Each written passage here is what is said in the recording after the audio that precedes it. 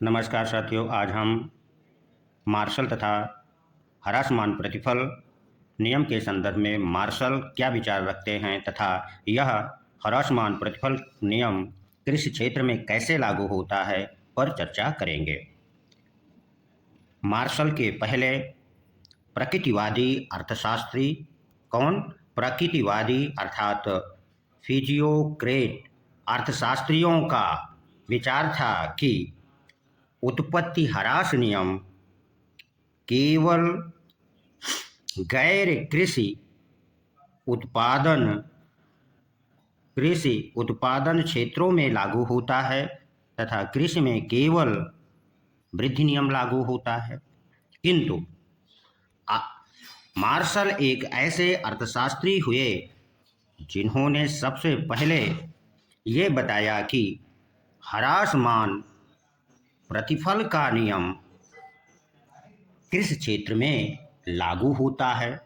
अपने सिद्धांत का विवेचन करने के लिए मार्शल ने दो मान्यताओं का सहारा लिया।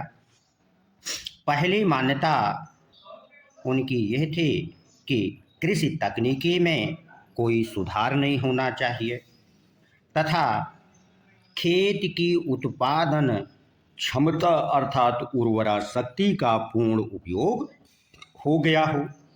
तो यदि भूमि पर पूंजी और श्रम की मात्रा में वृद्धि की जाती है तो औसत उत्पादन और सीमांत उत्पादन दोनों घटने लगते हैं।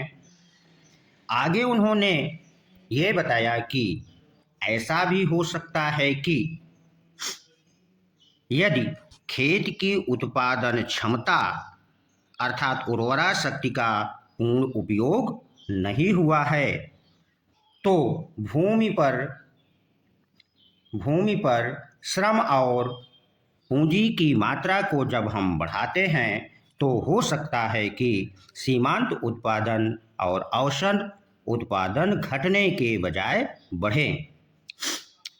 इसलिए उन्होंने अपने सिद्धांत में यह निष्कर्ष निकाला कि कृषि क्षेत्र में उत्पत्ति ह्रास नियम उस अवस्था में लागू होगा जब तकनीकी में कोई सुधार ना हो और खेत की उत्पादन क्षमता का पूर्ण प्रयोग हो गया हो।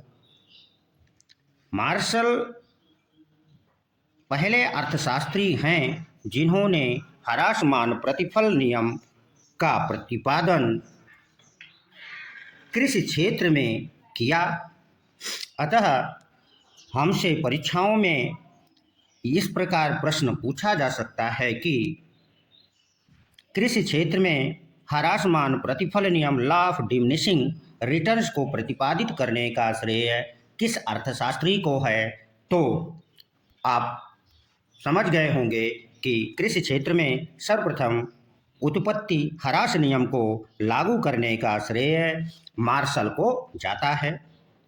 इसी प्रश्न को जब घुमा दे और इस तरह पूछ ले कि कृषि क्षेत्र में ह्रासमान प्रतिफल नियम लागू करने का श्रेय किन अर्थशास्त्रियों को जाता है, और विकल्प में आपके सामने प्रकृतिवादी,